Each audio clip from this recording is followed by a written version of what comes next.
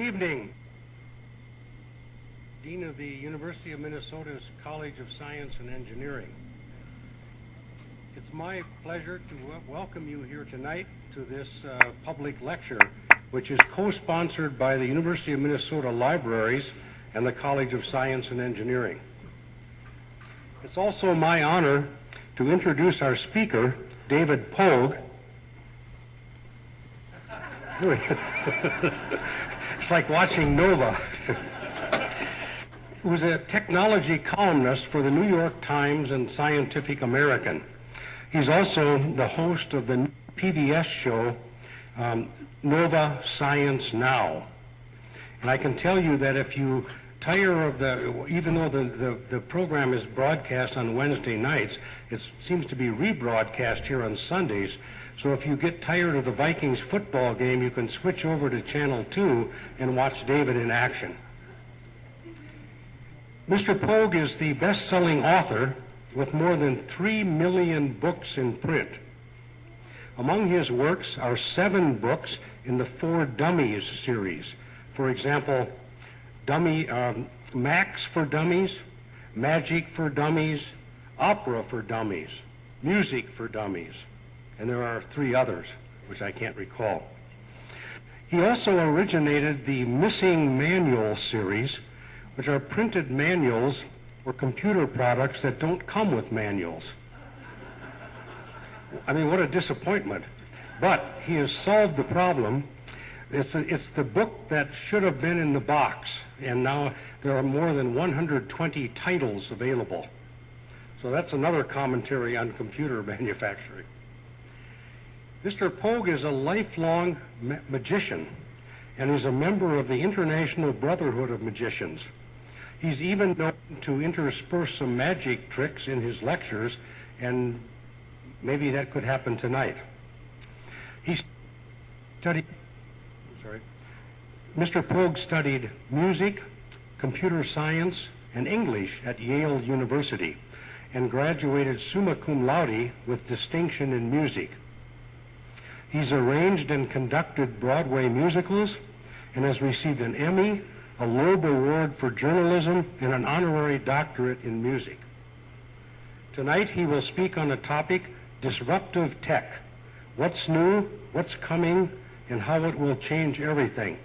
Please join me in welcoming David Pogue to the University of Minnesota.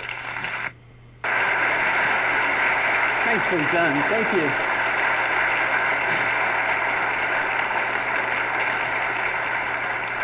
Unfortunately, that leaves me only 4 minutes left to do the talk. So, welcome to all of you. Thank you for making this an amazing, apparently sold-out event. I understand, though, that if you want to watch, you still can, because there are many of you joining us via the web.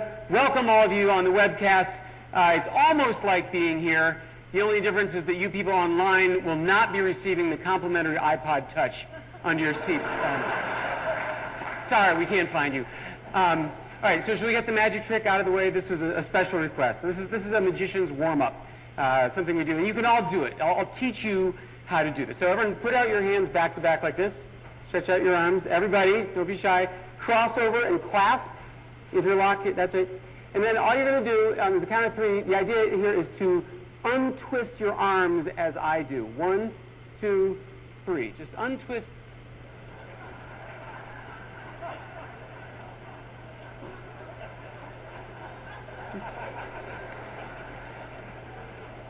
It's weird, I can't explain that. So I'm super excited to be here tonight for 2 reasons. One is that it's Minnesota! And not only that, it's the university where I got to speak to a classroom full of freshman honors engineering students, and their humor and with-itness and brains terrified me. I was a Yale summa cum laude, and these people scared the bejesus out of me. The second reason, I got that picture off of Google Images, thinking that it would convey drama and impact and change, and now I see it, it just kind of looks like the cover of Dianetics. I'm going to have to fix that. So the second reason is that this is only the first David Pogue appearance you're going to see tonight. Right after we're done here, you can rush back to your televisions to see the second episode of the project I've just spent 9 months filming, Nova Science Now. And the story of how this came to be is kind of interesting, and it touches on you guys a little bit. So the National Science Foundation, as you may know, is your tax dollars at work, and your science and engineering students' source of funds once they get out of here. So they make grants to people, and they gave PBS a grant to make a mini-series about materials science. And if you're just wriggling in your chair with excitement, you'll understand. This is what materials, I hadn't heard of it either, by the way, but this is what Wikipedia says materials science is. It's an interdisciplinary field involving the properties of matter and its applications to various areas of science and engineering. It investigates the relationship between the structure of materials at the atomic or molecular scales and their macroscopic properties. Oh my God, it's the next Jersey Shore right there. It's a singing, dancing television topic. Who could not see a whole mini-series about this? So basically, the money sat there at Nova for 9 years. It was considered unfilmable. Nobody thought, how would we ever make 4 hours of television about that? And finally, as the grant was about to expire, they hired this guy, my new best friend. His name is Chris Schmidt. He's a TV science producer. He's what would you call an idiot savant who's not an idiot? I mean, that's this guy. He's like incredibly smart. He's done shows for Nova and National Geographic Discovery. So he had this idea. Now, Nova has been on the air for 40 years. They do not have a host. It's just narration over amazing video. So he had an idea. Look, you guys are having trouble making the show. Here's what we'll do. We'll find a host, a non-scientist, somebody who's curious and entertaining maybe and knows how to translate the jargon for our viewers. He'll be the representative for the viewer. And we'll send him into these extreme situations. We'll send him down to handle sharks. We'll land him on a nuclear aircraft carrier. By the way, is it possible to turn the lights down? These pictures would look... Does anyone here know anything about technology? Anyone? All right, I'll take that as a no. Maybe next capital budget. What do you say, Mr. President? I went driving in a demolition derby car. I don't know if you know about demolition derbies, but they don't have them in rich, affluent Connecticut suburbs where I live, but they are a lot of fun. I went hang gliding, I shot an AK-47, I rode the world's fastest electric motorcycle, and darn it, it was a good show. This was the poster. I look sort of like the love child of Stephen Colbert and Charlton Heston. But there were 4 episodes, making stuff smarter, making stuff stronger, making stuff cleaner, making stuff smaller. And to everybody's total astonishment, it got the highest ratings in 7 years. So they immediately got to work with a sequel. It'll be called something like Making Stuff 2 or Making More Stuff, but it takes a whole year to get the government to give us the funds. So in the meantime, we have made some other series, and one of them is Nova Science Now, which starts at 9. So I'm going to talk fast.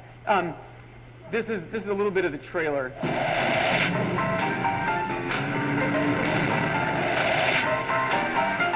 Here in Grand Bahama, it's just another day at the office. And this is serious business. Do you have a history of bleeding?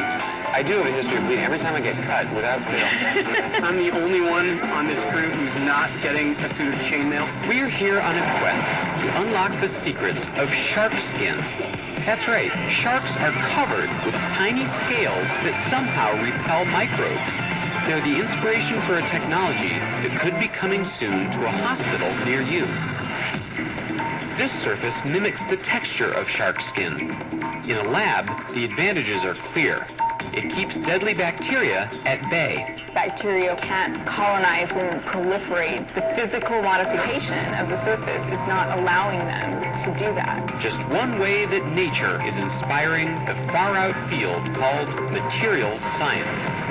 These visionaries are dreaming big and devising ingenious ways to make materials stronger, smaller, smarter, and cleaner. This is a carbon nanotube. I thought they were going to be a lot smaller. Oh man, it's like a nuclear tanning bed. In a 4-part Nova series, we set out across the globe to find the ultimate stuff of the future. Hang on. It's going to be a wild ride. The real demolition derby. You up for this? I'm up for this. Now we'll see what steel can really do. We're the Starsky and Hutch of science nerds. Can I have some rock music, please? Would you mind not smashing up the PBS logo? Imagine an airplane with wings that morph in flight, bacteria that make gasoline out of thin air, tiny robots that target tumors. It's not a page out of sci-fi. It's real stuff. This gives the ability to control the motion deep inside a person's body. This here's an artificial muscle? Artificial muscle? These are your lab assistants? We'll examine materials under development today that could open the door to the next great revolution. Will they be man-made or found in nature? We find answers in some surprising places. So here's where we keep our spiders. Whoa! Can I try it? You're certainly welcome to. We normally use the electric just because it's a whole lot faster. But you've never seen me milk a guy. We'll look at so-called smart materials that can sense and react. Oh my gosh, it feels slimy. That's the technical word, yeah. And what are the limits of these designer materials? We put the stuff of the future to the test. You underestimate me, sir. This is a self-healing, self-sealing coating. These are bullet holes? Where's the bullets? In the tank.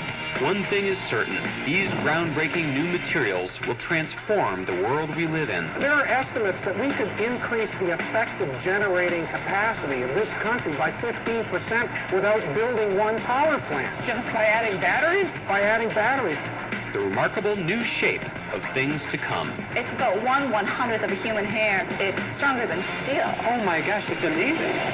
Making stuff. Coming soon on Nova. Well, not making soon anymore, but but you can see it on pbs.org. So I just have to tell you that, you know, where they covered the tank with that material? That is the most amazing story. We had this war in Iraq, and one of the biggest problems was our guys land there at the airstrip, and then off they go to the battlefield by truck, and they are followed by fuel trucks to fuel these 6-hour rides into the desert. And all the Iraqis had to do was fire one bullet into the gas truck. One bullet hole will leak 15 gallons a minute, and by the time the truck gets to the field of battle, the truck's empty. So these gas trucks were showing up to empty. Our guys had no fuel. So this company in Oregon invented this special spray. It's a combination of like latex and micro beads. And we literally spray our fuel trucks with this. Over in Iraq, we have what look like car washes. But the truck drives through and gets sprayed with this stuff. And now the bullet pierces the tank. The latex instantly closes up around it. And the micro beads fill with the spilled fuel and expand to plug the hole instantly. And we spoke to this American soldier who was over there and watched the before and after. And the amazing thing is the Iraqis are still there, hiding in the bushes, aiming at the truck going by. They shoot the truck. Nothing happens. They think they've missed. So they see these Iraqi snipers going, "What? Don't touch it!" You know, like, just amazing stuff. Anyway, so for Nova Science Now, this new show, last week it was. The episode was called What Makes Us Human, and it tried to determine what differentiates us from our ancestors, like the Neanderthals, and animals and so on. And it turns out that there used to be 4 species of humanoids. Right now there's only 1, it's us. But there used to be 4, just like there's 17 species of penguin, there were 4. There was us, and there were Neanderthals, and there were 2 others. And the 3 of them have died out. But at one point, our ancestors and the Neanderthals had sex. And to this day, every one of you in this room has 2 to 4% Neanderthal DNA still in you. And gentlemen, I don't know about you, but I feel that gives me a free pass to sometimes leave my underwear on the floor. I just think that's the Neanderthal in me. I have no, so to make this point, the producers had a Hollywood makeup artist make me up as a Neanderthal. It involved 7 hours in the makeup chair. They made life casts of my head so that they could affix these latex appliances. That's the end result. And they had me go through the streets of San Francisco dressed like this. A lot of people just thought we were making a Geico commercial. But at the end of the day, I wound up at the rotating restaurant at the top of the city playing cocktail piano. My My favorite is this guy here. He's like, do you mind if I eat my shrimp? Anyway, there's another episode where we explore what are animals thinking, and I spend a day at the Cincinnati Zoo because one of the things people argue is that what differentiates us from animals is laughter. We laugh, they don't. So we went to the zoo to see if that were true, and they had me tickle elephants and porcupines and bugs and baby penguins. And yeah, so the baby penguin was the best part. I sat down, I said, I'm sure I can get this penguin to laugh. And I started tickling his tummy, and sure enough, this baby penguin goes, "Ah, blah, blah, blah." I mean, it did it. And I'm like, look, and this is the zookeeper sitting beside me. I'm like, I did it, I made this penguin laugh. He's like doing this. And I'm like, what's the problem? He goes, you didn't make that penguin laugh. You've aroused it. I'm like, can I wash my hands? Anyway, so that's tonight at 9 o'clock. Okay, so let's talk about technology. You have to be careful when you make predictions about the future of technology because inevitably you look like an idiot. This was a 1954 artist's rendition of the home computer 50 years hence. So it looks like the bottom is chopped off there, but it says, with the Fortran language and the teletype interface, the computer will be easy to use. What I want to know is, what's the steering wheel? It's like a cursor control module? I don't know. Anyway, so let that be a warning that it's very difficult to see where things are going, but I'm going to do my best. So I want to talk a minute about the app phone. These are iPhones and Android phones and Windows phones. These are these black rectangular touchscreen phones with no keys. And I call them app phones, by the way, because the principal joy of them is running apps, little software programs. They're not smartphones. I think of a smartphone as like a BlackBerry. You're probably too young to remember the BlackBerry, but it's long gone now. Anyway, these things are where all the excitement and energy are in the technology industry. This is where the last time I reviewed one of these, it was like the Eisenhower administration. So a lot of times I hear, it's like a cross between a phone and a laptop. And I'm going to disagree with that, because if you look at what's inside of one of these phones, it's loaded with amazing components. There's a touch screen, there's input and output for audio and video and still pictures. It has all these sensors. So there's a proximity sensor that detects how close it is to your head so that it'll shut off the screen so you don't accidentally dial with your cheekbone. It has a light sensor so the screen gets brighter or darker according to the light of the room. It has all these, a tilt sensor so it knows how you're holding it. It has all these wireless technologies. It has a GPS, a gyroscope, a compass.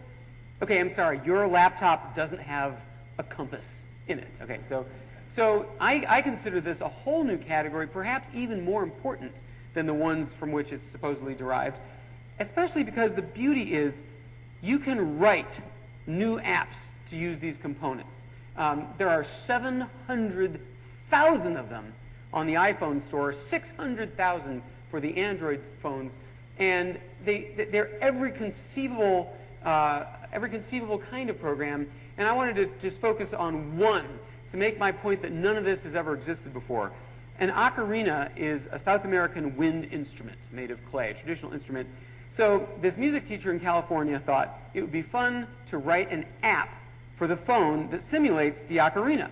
And so it looks like this, and there's holes pictured on the screen, and you learn to finger them like a flute, and you blow into the microphone to blow into the phone. I'm not that good, but I'll give it a shot.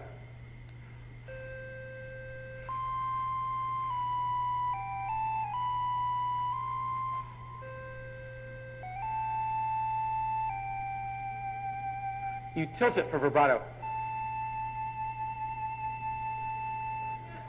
So, thank you so much. Yes, your children sit in the back seat on car rides, rotting their brains with video games. Mine are practicing their music. So what's really cool is that at the bottom, so I should tell you, this became a huge mega hit. This music teacher sold 1.5 million copies at $1 each in 6 months.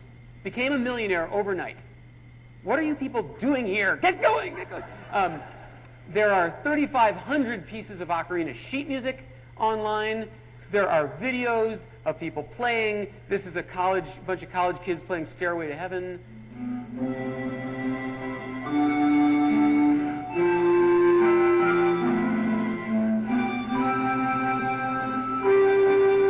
I have no idea what this does.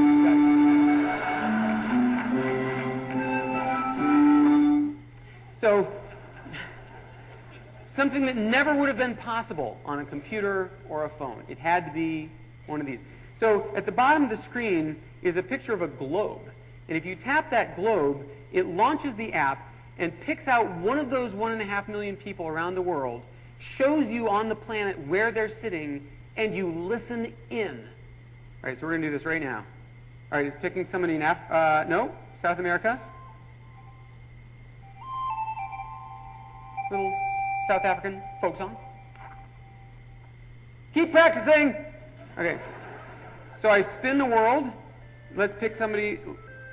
Looks like this is China. It's obviously Chinese music. What I really want to find you one of these little 4-year-olds in Japan. They're playing like Flight of the Bumblebee. It's like unbelievable. California.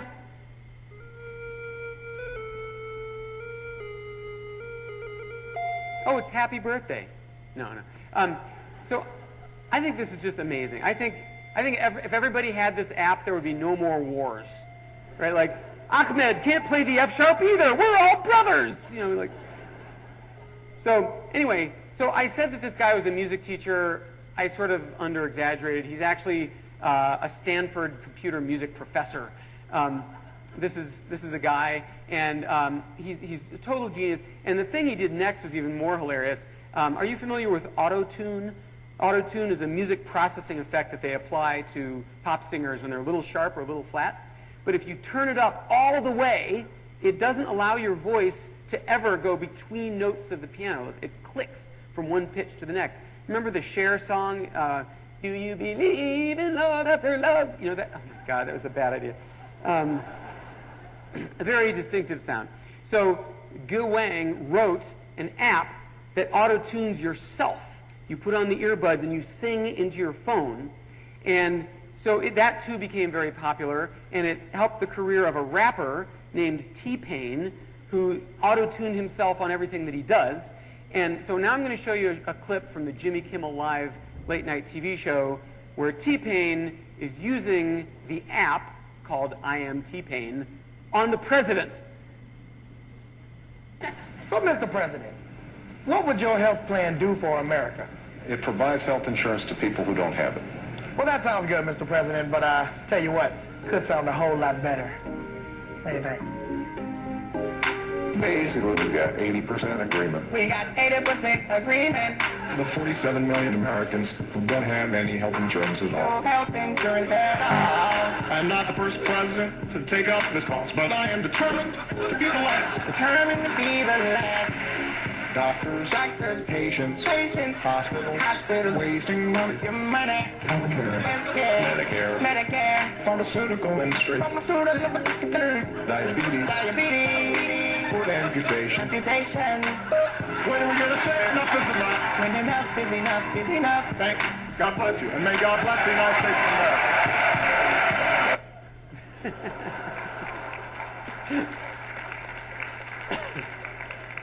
So talk about cultural repercussions. So this music professor writes an app for a cell phone that launches the career of a rapper who goes on TV and makes a video with the president that gets captured on YouTube by me and shown to you.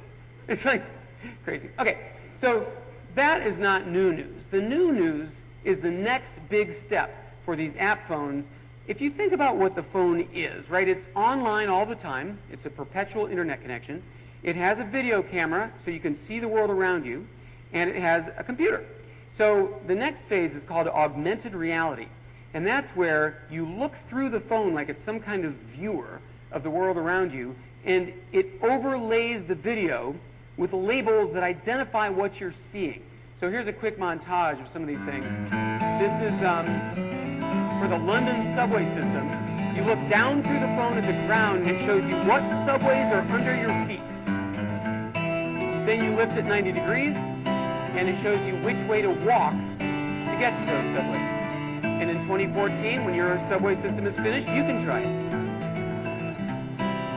There's one for the New York subway as well. This is called Twitteround. You look through the phone at a building, it shows you who's using Twitter right now. And then you tap one, and it shows you what they're saying, which is usually, there's some pervert in the courtyard with a phone. This is an experimental app. It uses facial recognition and shows you that person's social media contacts.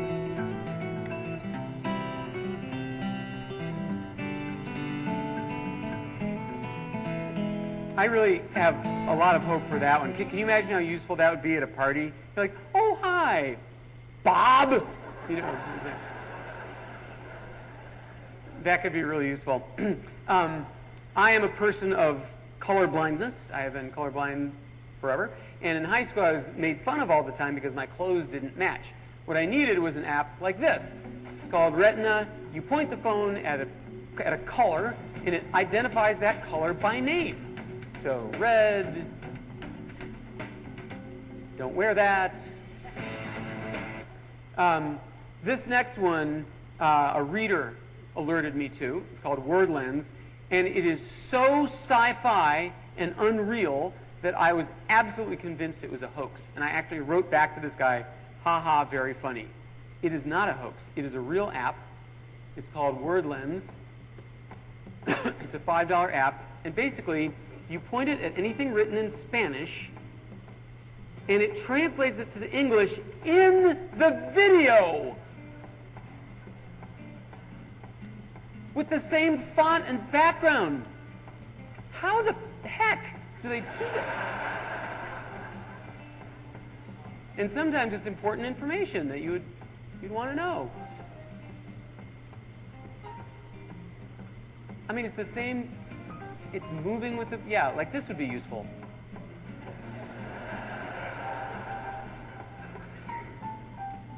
Menus, very useful.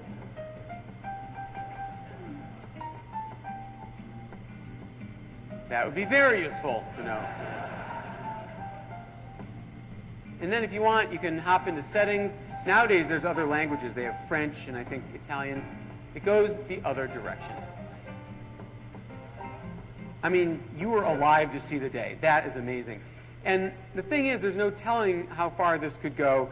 The concept of augmented reality is just amazing. I made up this example, but I'm sure it's only a matter of time. This is the swine flu augmented reality.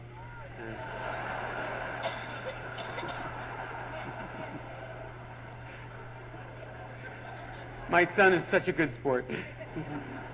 The other thing that's happening nowadays, especially if you, does anyone here live in a city where medical equipment manufacturing is a thing? The phone is a full computer. So it has storage and memory and a processor and inputs and outputs in the screen. So increasingly, manufacturers of devices are using this as the heart of their gadgets that no longer need all that stuff. They connect to this and use it as their brain. So it starts with remote controls for your home entertainment system, of course. There's a little inexpensive video camera that looks like a lipstick, and you can secrete it in your house somewhere, and it broadcasts the picture to your phone wherever you are in the world. So you can keep tabs on your, although I have to say, this example that they show here with the woman at work keeping an eye on her baby 30 miles away. Okay, so the baby starts throwing up and choking. What are you going to do about it? There are apps that let you connect back to your Mac or your PC at home. You can actually operate it. You can actually operate your Windows PC using your little phone screen. This is the Nest thermostat. This is an internet-connected thermostat invented by the guy who invented the iPod. I have two. I have one upstairs and one downstairs. These are my thermostat dials. And right in front of you, right here, I can change the temperature of the kids' bedrooms. There, 59. They can use a damn sweater. And I just did it. I just changed the temperature in Connecticut. There are all kinds of toys that this thing can operate by remote control. The thing on the left I reviewed for the Times. I don't know why. It's the world's first remote-controlled ball. You put it on the floor, and you roll it around using the phone like this. Okay.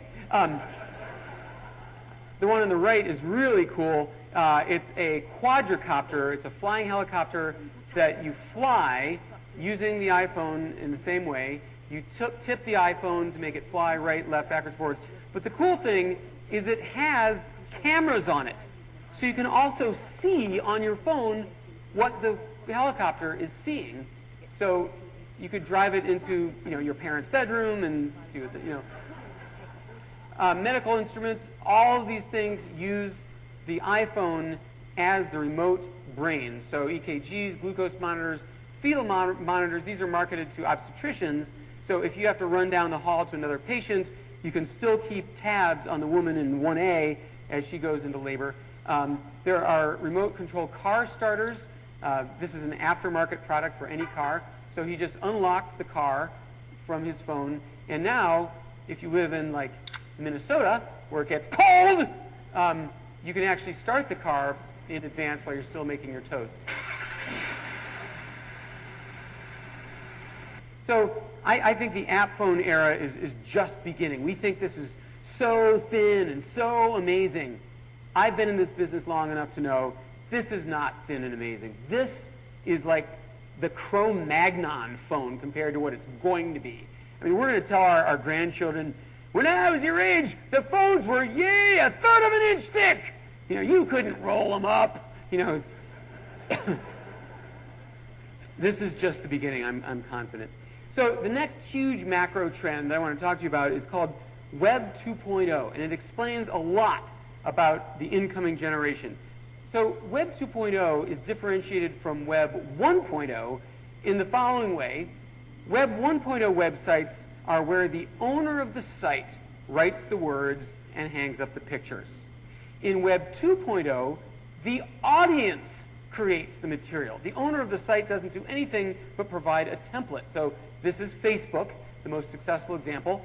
If you took away everything she put there, you'd be left with that. So they just give you a template and she fills everything else. This is an incredibly addictive, powerful idea. As you may have read, last week, Facebook signed up its 1 billionth member.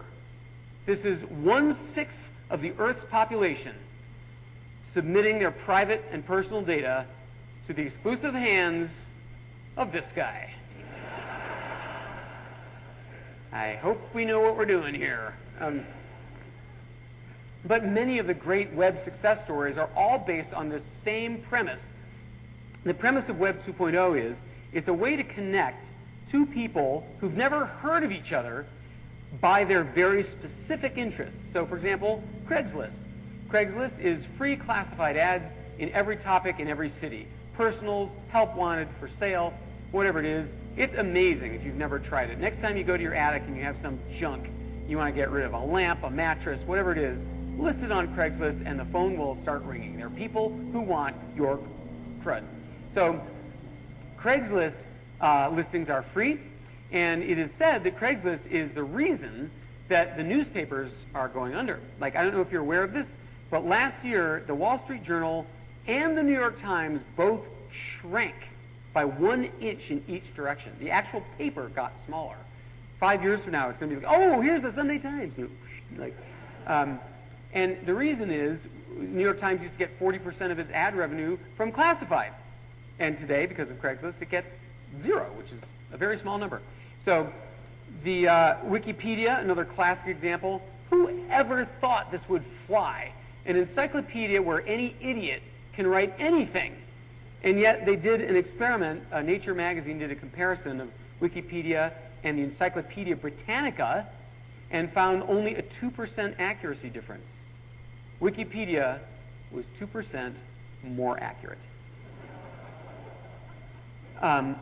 And there was a great, and by the way, I should mention about the Encyclopedia Britannica, another side effect of Web 2.0, It has ceased publication. There is no more Encyclopedia Britannica in book form. It's gone. There's a great Simpsons cartoon episode where Bart and Homer are driving home from something, and Homer says, "You know, Bart, I read on, I heard that Frank Sinatra was a one-take wonder. He'd go into the studio and nail the song on his first try." And Bart says, I don't know, Dad. I read on Wikipedia that he was a perfectionist and he would take 20 or 30 tries to get it right. And Homer says, "Wikipedia said that, huh? Well, we'll fix that when we get home."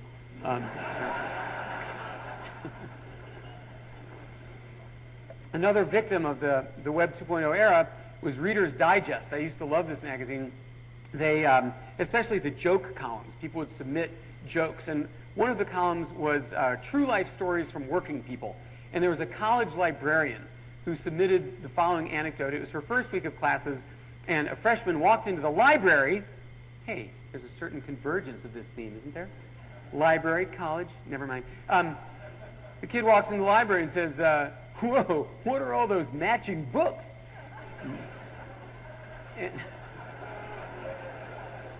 So the librarian says, "Well, son, that's the encyclopedia." He goes, "Dude, somebody printed out the whole thing?"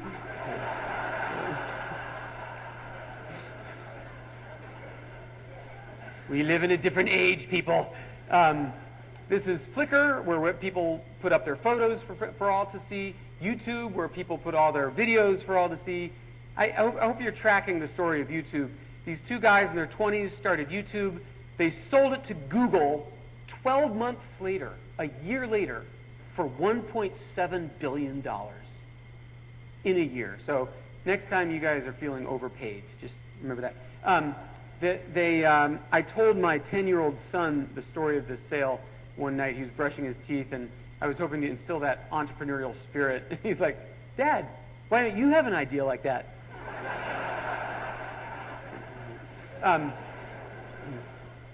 So those are the kind of the big name Web 2.0 sites, but there are lots of little ones that use the same concept of connecting people with narrow interests. This is called DoMyStuff.com. You've probably never heard of it, but this one saved my life. The bane of my existence at the New York Times is I get all these cool gadgets and tablets and phones to review, and then I test them out, and then I'm required to pack them up and ship them back to manufacturer. I don't get to keep anything. And I hate it. I hate finding the manuals and the discs and the cables and the warranty card, and then those white frickin' end pieces, those foam blocks. I hate it.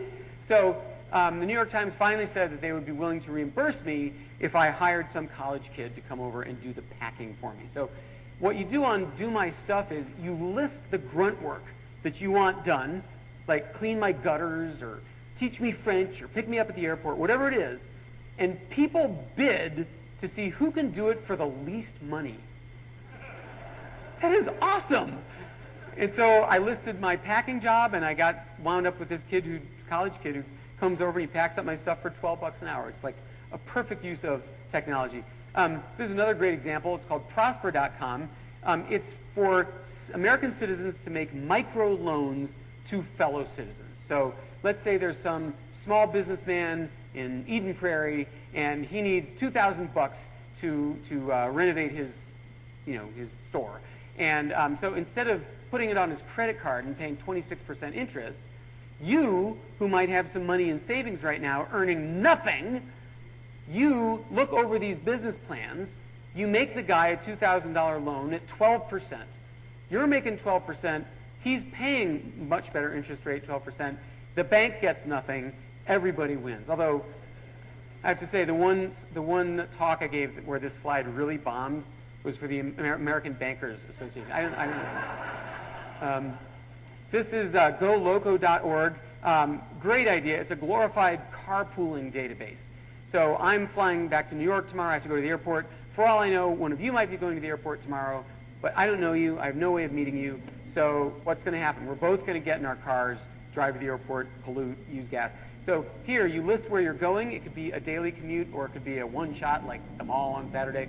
And then the other passengers connect up with you. They pay you a couple of bucks as incentive to have the car gassed up and clean, and everybody wins. This might be my favorite of all, though. Whoissick.org.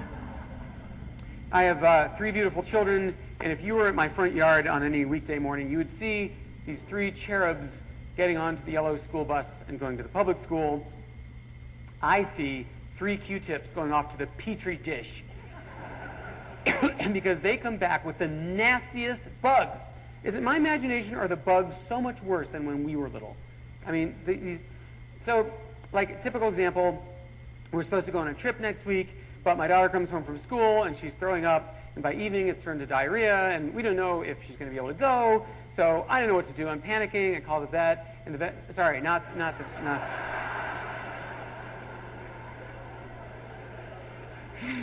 Oh, man. A little oversharing on my parenting style there.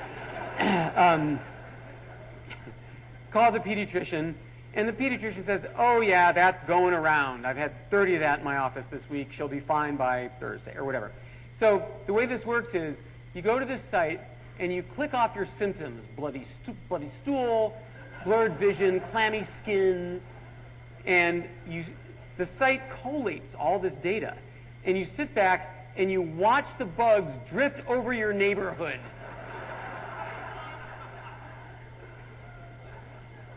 Is that not awesome? So my job at the New York Times is not just to talk about technology, it's to talk about its effect on society and culture. And that's where things get really interesting. Each generation has always been different from their parents. That's a given. Technology has always changed. I mean, you know, rock music in the 50s, you kids with your long music and your loud hair, you know, and you know, when the TV came out, you know, and when the radio came out. I was reading in this new Stephen Johnson book that when the tractor came out, people thought it was the work of the devil. People are always fearful of new technology, whatever it is, and it's the same today. I'm sure it was the same when the first caveman invented the wheel. Wheel? Why can't you walk to the woolly mammoth skeleton like we did? You know, like, it's a time-honored tradition.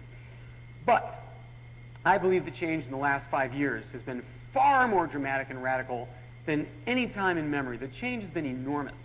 And I'm a technology columnist. It's my job to know what's going on. And even this took me by surprise.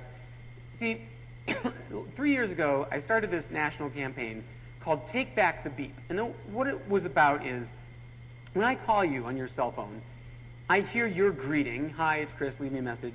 And then I hear 15 seconds of instructions, recorded instructions put there by Verizon or whoever.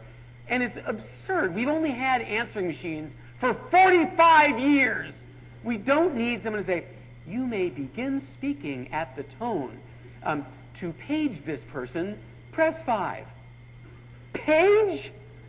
What is it, 1976? I mean, no one has pagers. AT&T's message actually said, to send a fax, press 5. How is that going to work exactly? How do you fax on a cell? And then at the end, they have the gall to say, when you have finished, you may hang up. No! I was planning to just stand here till the world ends. So I figured that this is all just a scam. It's just a money-making operation for the cell phone companies. Verizon alone has 90 million customers. If you get that message twice a business day, that is $760 million that Verizon is raking in on your airtime. So it's a complete scam. So I wanted my people to rise up on Twitter, on Facebook, on my blog, in the New York Times. I wanted my readers to demand satisfaction to get rid of these messages. So in 6 weeks, AT&T caved. They cut their message in half. To this day, it is only 8 seconds long. You can thank me.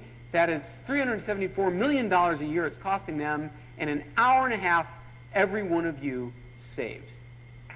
Thank you. Thank you very much.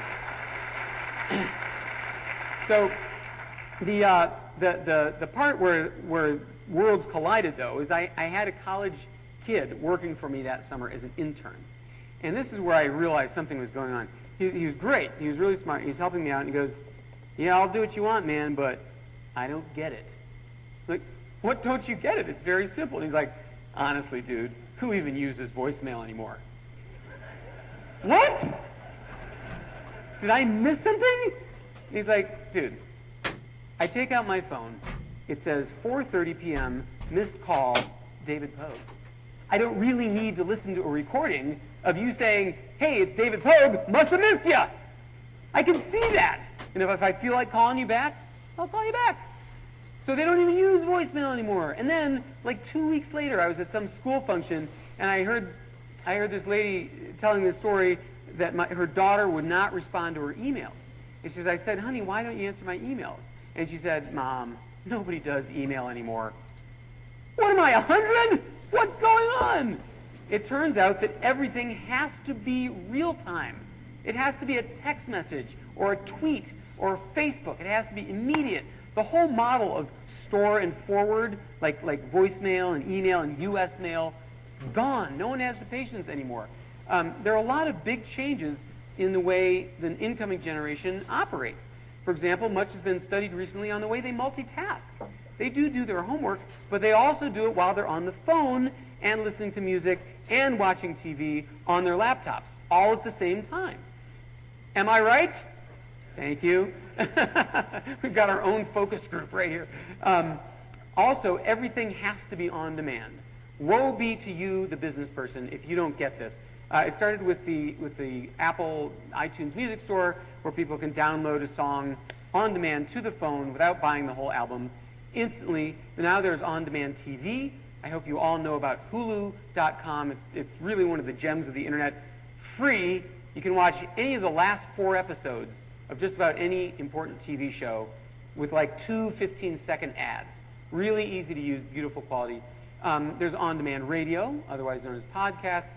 There's even on-demand cable TV. I just found out about Comcast, the nation's largest and most hated cable company.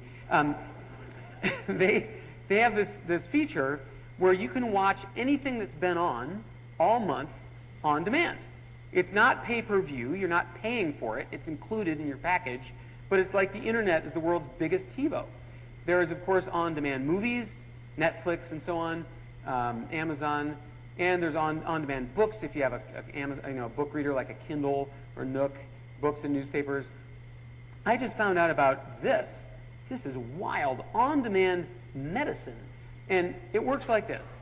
There are doctors all over the country who might have 10 or 15 minutes between patients, or they get back from lunch early, or they have a little time at the end of the day. It's wasted time when they could be earning money because, think of now the patients, many times when you want to talk to a doctor, it's not because you need the doctor to take a test or poke you. It's just a question. I'm pregnant. Is it okay to take this pill? Or is it okay to drink while I'm on this medicine or something? And so what you really want is just a consultation with the doctor. So the way this system works is called American Well, and they sell it to the insurers like Blue Cross. You want to see a doctor, so you go to the website, you sign in, you look over all these doctors in that specialty, obstetrician, cardiologist, whatever.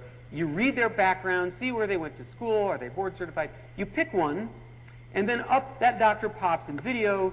The doctor can see your entire history, what meds you're on, all your medical records are here, and you have a consultation. Everybody loves this because doctors love it because they make a little extra income. You love it because you didn't have to get in a car and drive somewhere and lose half a day. And the insurance companies love it because they have to pay for only a 10-minute visit, and they don't have to reimburse for as much. So another huge change in the next generation is privacy.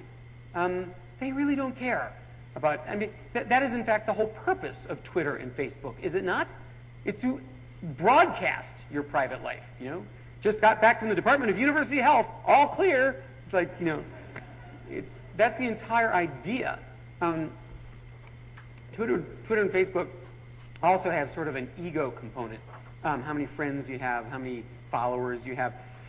In fact, if you combine these factors, the instant gratification, the privacy, and the speed and the ego component, that is Twitter.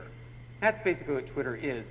I assume you've heard of this. You sign up for a free account, and then you can type short, like 2-sentence utterances, like text messages, except that instead of sending the text message to one person, I'm sending it to whoever has signed up to get mine. So you follow certain people, and it could be some people use Twitter just to say what they're going through to 6 friends back at home, And some people, like Ashton Kutcher, the movie star, have 8 million followers. So it's an amazing new setup that's never existed before in any format. And I came to it in a really weird way. I was walking down the street one day, and this guy passes me and goes, "Hey, David Pogue, love you on Twitter." I wasn't on Twitter. I was being impostered. Somebody had been posing as me for 6 months on Twitter. I mean, thank God the guy was saying were like normal things, like off to Minnesota for a talk. I mean, it could have been a lot worse. You know, could have been just had sex with a sheep. You know, I don't know. It could have been really bad. So about that time, I was asked to serve on a panel that was giving technology grants. And I saw another amazing demo of Twitter. So one of the proposals was, we want to make a van that can make eyeglasses right in the van. And it's for sub-Saharan Africa, where these little villages have no care at all, eye care. And we'll make glasses for people on the spot. And everyone loved that idea. Well, let's give that money. But one of the academics there was like, wait a minute, hasn't this been done? And one of the other judges said, well, just a second, I'll go on Twitter. And he goes, has anyone ever done this before? And the astonishing thing was, who's following this guy? Other people in his field, other academics, other people who would know the answer. And in 10 seconds, people started shooting him back. Oh yeah, Bausch and Lomb, 1992. UNICEF, 1998. They started answering the question. Nothing else could have done that. Not email or a web or calling around. It was really amazing. So shortly after that, I started exploiting Twitter for myself. I used to make weekly technology videos, and often I would think of the idea. They were like skits. They were like funny. And often I would think of the idea for the skit just the night before. And sometimes it would need extras. It would need actors. So I'd go on Twitter and I'd say, hey, I need an actress tomorrow at my house. If you're interested, email me. And then they would show up. Or sometimes I would need a joke. I was like tired and cranky, and I needed someone to joke. Like one time I was reviewing Netflix streaming when it first came out, and the skit was, I'm leaving for the evening, and I'm hiring a babysitter to watch the kids. And the babysitter, as I'm leaving, said, hey, do you have any movies I can watch? And I, the clueless middle-aged father, say, why, yes, we have DVDs of, and then I was going to name these movies that no teenager would ever want to see. So I needed some examples. So I asked my Twitter followers, and they came up with the funniest examples, like Gandhi and My Dinner with Andre. It was like fantastic. So I'd advertise for actors. They would show up at my house, people I'd never heard of, but they were fantastic. One time I said, we're going to San Diego. I'm taking my 4-year-old. And people tweeted back, oh, you should go here. You should eat here. But one guy wrote back and said, you know what? I have a hot air balloon company in San Diego. You should bring the kids. And so that's us. That's the guy, and that's our balloon. Those are my kids. So completely amazing. And usually you have to pay a lot of money for those balloon rides. And I did. But it was worth every penny. It was like So then something really amazing happened on Twitter. I discovered, one night I was reviewing a voicemail transcription service. So when you leave me a message, rather than my having to listen to your recording, it converts it to text and emails it to me. So I can just quickly read your message. So it was 3 in the morning. I went on Twitter, and I had a friend on the West Coast. I knew it'd still be up. And I wanted him to try it. So I tweeted to this guy privately, hey, can you call my number, here it is, and leave me a voicemail. The problem was I failed to put the letter D in front of the message, which denotes a direct or private message. In other words, yeah, I broadcast that message to my entire followership, which at the time was 21,000 people. So immediately I realized my mistake, and I'm like, I'm sorry, please don't call that number. That was meant to be private. Do you know how many people called my number at 3 in the morning? 0. Not one person. Because if you were my friend, and I said, oh, I made a mistake, please don't call, you wouldn't call. But the people on Twitter are a totally different internet. I later learned that's the best you can do for a ringtone. I learned what Pew Research later proved, which is the average age on Twitter is 35. These are not, pukey 11-year-olds. These are like grown-ups, and the average income is $75,000. So really well-educated, funny. So I started this campaign. Every night, I figured I would try to build my followership by sending out a pun every night, just so people would tune into me. I called them Tonight's Meditation. And I would say things like, I used to work in an orange juice factory, but they canned me because I couldn't concentrate. Two silkworms had a race. They ended up in a tie. GM has announced a car called the Amnesia. It's the only model that they can't recall. But then my life changed. I was giving a talk at a place just like this, and I said, I'm going to demonstrate Twitter to you. And so I typed, I need a cure for hiccups right now. And this was incredible. In seconds, people started firing back answers. And some of them were the usual folk remedies, drink water, blah, blah, blah. But some of them were like jokes. They were, oops, oh, wow, my slide is gone. Okay, anyway, but some of them were like funny. They were, wait, did I skip? Yeah, here we go. Simple, just hold your breath until Windows 7 is released.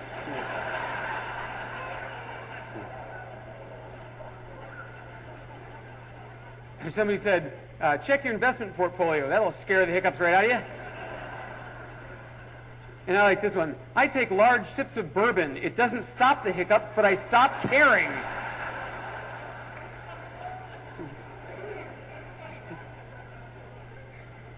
So I was very inspired. I thought, these guys are genius. What I should do is I should pose a question like that every night and then collect the funniest results and publish them in a book.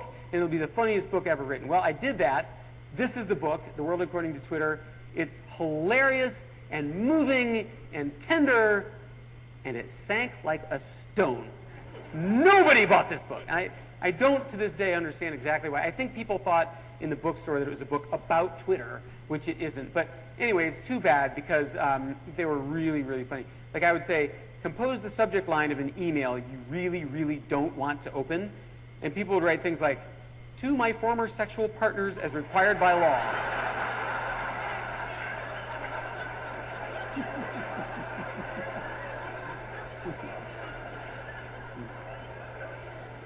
Or, re what seems to have been your car. I guess, from your publisher, subject, ha, good one. Could you send the real chapter now, please?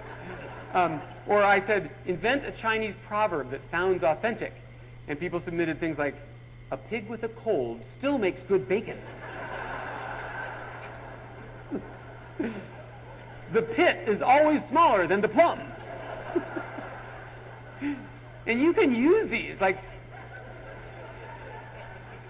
I was at an amusement park with my kids, and they're like, Dad, it's hot, I'm sweaty, I want to go home. And I'm like, hey, the pit is always smaller than the plum. And they're just like, completely worked. I like this. I bet you can use these with your students or your parents. It is dangerous to leap a chasm in 2 bounds.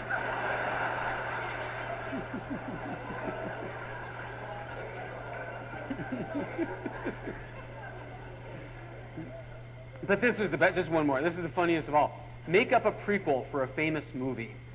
So people came up with Mr. Smith MapQuests Washington. There goes Private Ryan. I hope he'll be okay. And the best, the one that sometimes makes me burst out laughing just lying in bed. We're running low on Mohicans.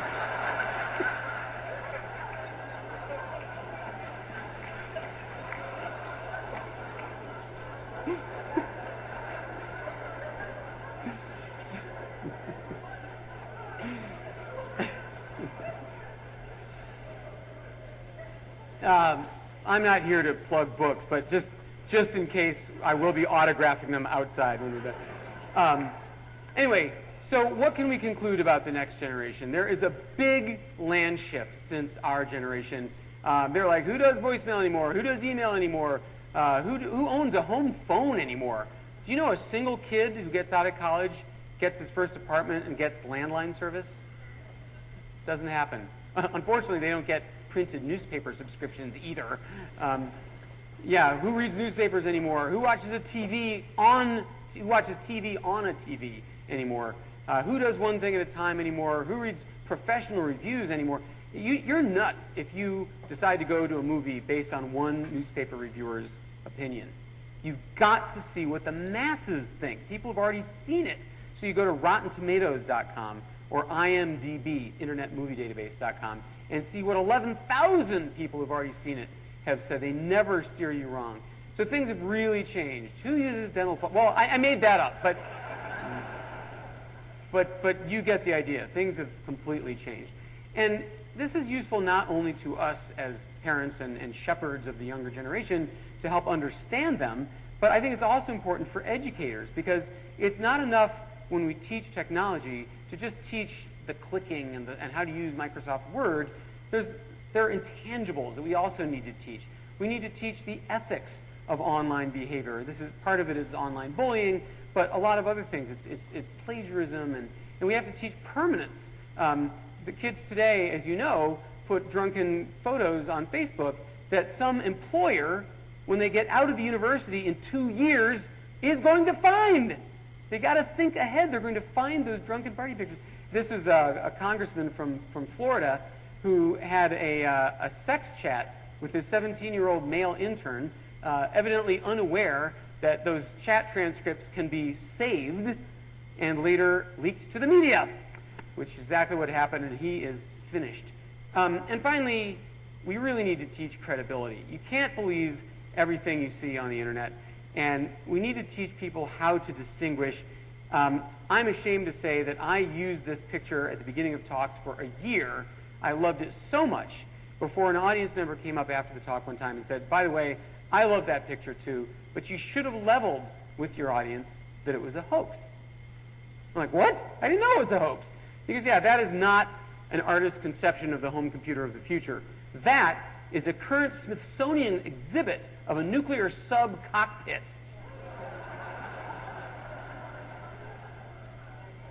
That is a Photoshop job. So, of course, I should have looked it up on Snopes.com, the internet's clearinghouse for myths and urban legends and baloney. It's a fantastic website.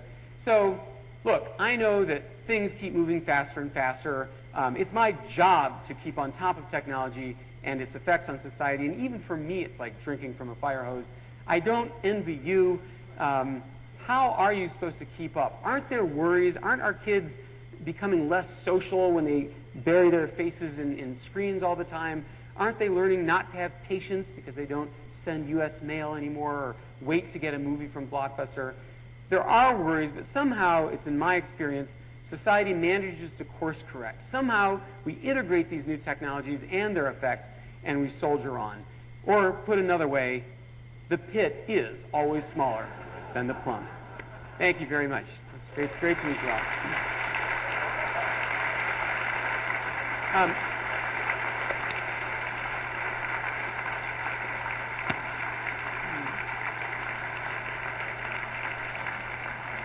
Thank you so much. By pure coincidence, it appears that there's a keyboard here. And I have this old habit. People always ask, they always say, you used to be a Broadway conductor. Do you still do music? And the answer is yes. I have this new habit of writing new words to old melodies about the technology industry. Would you like to hear a couple of these? Okay. Do you really think I was going to give you a choice? All right, so this is the tech support song. Hello, voicemail, my old friend. I've called for tech support again. I ignored my boss's warning. I called on a Monday morning. Now it's evening and my dinner first grew cold and then grew mold. I'm still on hold. I'm listening to the sounds of silence. I don't think you understand. I think your phone lines are unmanned. I punched every touch tone I was told, but I've still spent 18 hours on hold. It's not enough your software crashed my Mac, and it's the ugliest thing alive. It erased my drive. Now my Mac makes the sounds of silence. In my dreams I fantasize of wreaking vengeance on you guys. Say your motorcycle crashes, blood comes gushing from your gashes. With your fading strength you call 911 and you pray for a trained MD. But you get me, and you listen to the sounds of silence.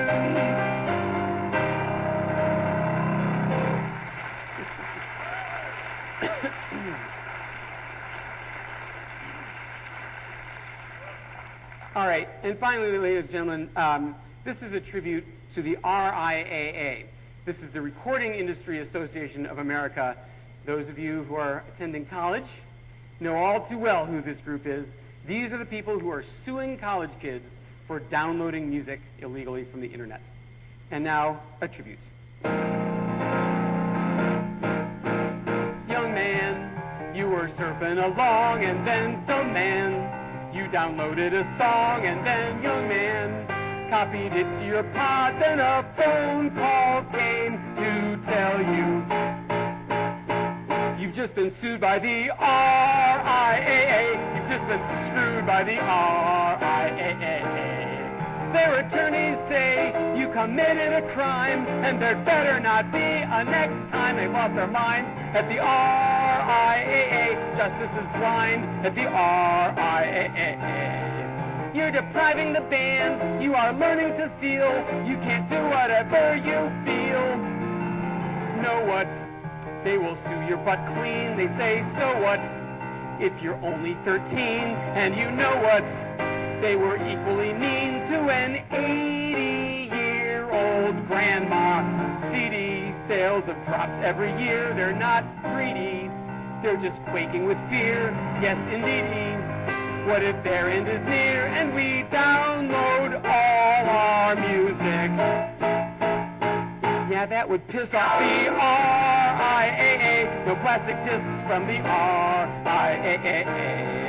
What a way to make friends. It's a plan that can't fail. Haul your customers off to jail. And who'll be next for the RIAA? What else is vexing the RIAA? Maybe whistling along, maybe humming a tune, maybe mocking them in a song.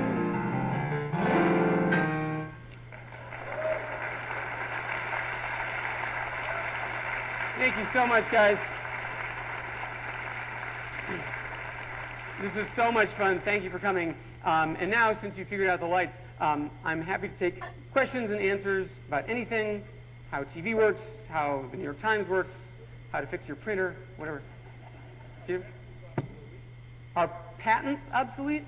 You know, I'm only marginally following this patent thing. I mean, obviously, they're not obsolete. In fact, right now, there are entire companies, as I'm sure you've read, that exist solely.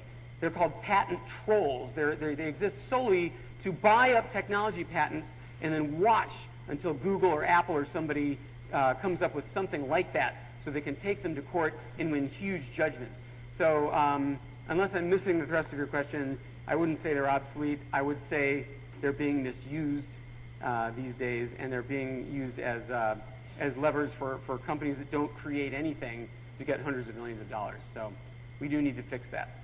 How about we meet at 10 o'clock, and we'll all figure out how to fix it. Okay.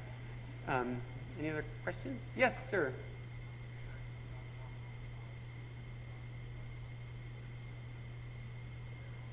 Oh, he couldn't download songs from Amazon outside of America. Yeah, for some reason, those are the lawyers for you. What do you call 10,000 lawyers at the bottom of the ocean? A very good start. That's right. Yep. Oh, you guys know all my jokes.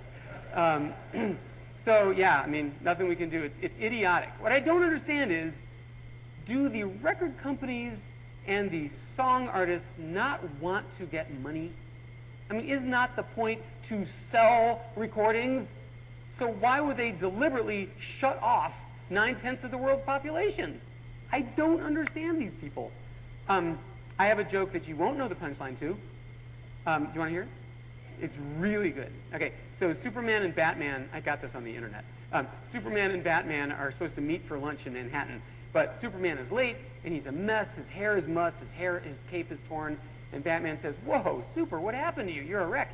And Superman says, "Well, you won't believe it. I was on my way here, flying over the city, and I looked down, and who do I see on the roof of a skyscraper, sunning herself, stark naked? It was Wonder Woman. And I couldn't help myself. I flew right down on top of her." And Batman says, "Whoa, bet she was surprised."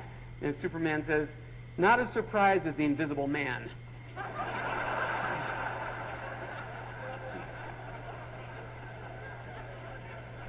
I wanted to make sure you had one takeaway from this evening. All right, any other questions about anything? Over here. How do you manage to do the column, the books, the personal appearances, the whole shebang? Is it all technology? That's a really good question. First of all, as you can tell by my slowly laryngitising voice, I don't always manage it. I'm totally at my time management limit right now. I can't do one more thing. But the answer is technology in many ways. So, for example, as you know, for Nova, there's so much travel. It was ridiculous. You know, on airlines, you can be like the gold member, the platinum member. I'm molybdenum. I'm like the highest frequent flyer. But they have Wi-Fi on the planes, and on Delta, they actually have power outlets, even in coach on these transcontinental planes. So I get a ton of writing done on planes. I carry this, if it can even be called a laptop. It feels like a legal pad. So I have it with me always, like a security blanket, and I just whip open and work between gigs. And I have an incredible assistant who does all the administrative overhead, booking, travel, and contracts and things like that. But there are certain things that I do that anyone can do to save incredible amounts of time. And one of them that I've used for years on every operating system, Windows, Mac, the iPhone, they have these shortcut expanders. So you set up abbreviations for words you use a lot, like thank you for me is TY, and the is T, and you is just the letter Y, and because is BS, and problem is PL, and Windows is WZ. So when I type, I'm typing about a fifth of the letters, and it flies. You would not believe, especially when I answer email, because many of the emails that I get, about 150 a day, have predictable answers, like are you going to update your iPhone book, or I hate you because your column came to the wrong conclusion about the phone that I bought, or whatever. So I have these 2-letter abbreviations that expand to huge, thoughtful responses.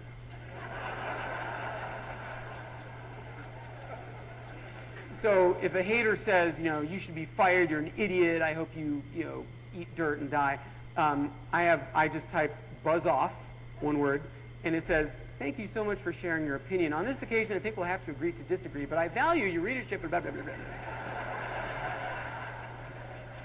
It's completely awesome. And I also use speech recognition. We didn't really have time. I'm a huge speech recognition nut. I use Siri constantly on the phone, constantly. I don't type that little keyboard ever anymore. And on the Mac and on Windows also, the speech recognition software has gotten so good, you can plow through emails just by dictating. So I'm big into those time savers. Sorry. So what's the next big consumer tech? Leap Motion, Google Glasses? Any ideas here? What's the next big consumer tech? Man, if I knew that, I wouldn't be here. I'd be investing. So nobody really knows, and as we've heard, you always look like an idiot when you try to predict. But I did try first of all, the source of many of the next big things, let's face it, was Steve Jobs, right? The touchscreen phone, him. The tablet, him. The iPod, him. And this guy, I met him, I knew him. Every year I would get to see him after the product introductions, and he was everything they said. He was a genius, he was a madman, he was a real jerk. He was a complete jerk. He was rude and no social graces, and that's how he did it. Only somebody who is like a human razor blade, who does not have lieutenants or committees or focus groups, none of that. He knew what he wanted, and he did it. And if you were the record industry or the book industry or the TV industry, you didn't care. Get out of my way. And I don't know of another person in the world with those combinations of skills. So I'm concerned that Apple, maybe they have a couple years of Steve Jobs stuff in the pipeline, but I'm concerned that there won't be another big dramatic thing, at least not on the pace we're used to. That said, Google, there are people trying, and the two most interesting on the near term are the Google Glasses. The name of it is actually Google Glass, not glasses, because they do not have lenses. It is just, imagine a pair of glasses with the lenses completely missing. It's just the brow part. And then off to the right is a tiny 1-inch screen. So most of the time you're wearing these things, you don't see it at all. You're completely unaware. But when you want to, you can look up here, and the earpieces are this tall, and they're touch sensors. So you can scroll through menus like this. You tap to select. You drill up and down through menus, and you're watching this screen. I think I'm one of only 2 civilians who've been allowed to wear them. It was for a Nova episode. It was for the 6th Nova ScienceNow show. You should really see it in 5 weeks. And for example, it has speakers in the earpiece as well. So they were doing, it's basically a smartphone that you don't have to hold. It's all the same things. GPS navigation, you're driving, turn right, 400 feet, whatever. So I was amazed at how not distracting it is. I thought it would be a great, just what we need, another distraction in the car. But no, it's a lot better than people, where's my phone? Oh, turn right, oh, no, So sending and reading text messages and email, you go like this, take a picture. It has voice recognition, so you can be driving and see a beautiful sunset, and you can say, take a picture, and it takes a picture. So it's $1,500 for the developer version, and that will be available in the new year. The consumer version, where we can all buy it, will be at least a year after that. They have a long way to go to make the battery life worth it and make the camera worth it. But I like that they're being slow and careful with it. They have one chance to unroll this incredibly new gadget to the world, and if 1.0 is terrible, then it'll probably be dead. So a lot of people very excited about that. And the other new thing comes out next week, and it's Microsoft's tablet. It's Microsoft's iPad, and they've really thought about this too. So first of all, it has a kickstand. So the one drag with the iPad is that you have to hold it all the time. If you're watching a movie on a plane, 6 hours of holding this, 3-pound slab, 1.5-pound slab. So it has a kickstand that folds out of the back, so it'll stand up for you. And it has a cover. It feels just like a piece of cardboard covered with felt that protects the glass. But you swing it down like this, it's magnetically attached at the hinge portion, and on the inside is a keyboard. A completely flat keyboard. So the keys don't move, but there are sort of indentations, so you know where to put your fingers. And it took me about 5 or 6 minutes before it started registering all of my presses. You have to relearn the pressure. But imagine if you had, the glories of an iPod, but you could also type. And you also could basically turn it into a little desktop computer wherever you are. So and there's a version of it that's a little bit thicker that can actually run Windows. I mean, real Windows, like Quicken and Photoshop and those things. So very interested to see how that thing will do. Some would argue that people only buy iPads because they're so simple, because there's nothing complicated. They don't run Windows. They don't have keyboards and kickstands and gewgaws.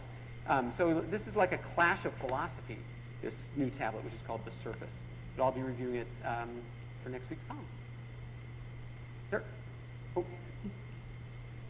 Thank you. What a wonderful talk.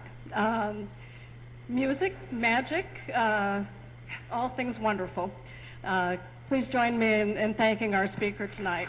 Thank you so much. Thank you.